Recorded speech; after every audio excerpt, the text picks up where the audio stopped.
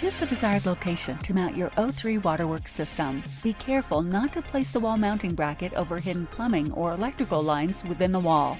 Position the included paper template on the wall. Using a level, ensure that the template is properly positioned. Screw the included self-tapping wall anchors into the positions marked on the template. If you're screwing into a wooden wall stud, the metal wall anchor is not needed. If you're not mounting the system to drywall, use different mounting hardware suitable for your wall type. Using the included screws, secure the wall mounting bracket to the wall. Turn off the cold water tap. Using an adjustable wrench, remove the existing water supply hose connected to the cold water supply tap on one end and from your washing machine on the other. Discard old hose.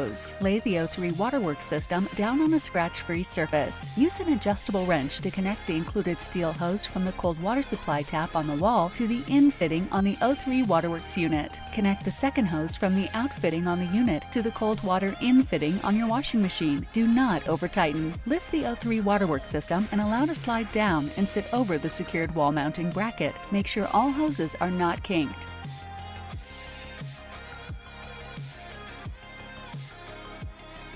Push the power adapter plug to the O3waterworks unit and twist quarter turn to lock the plug into place. Plug the power pack into a standard 120-volt electrical outlet.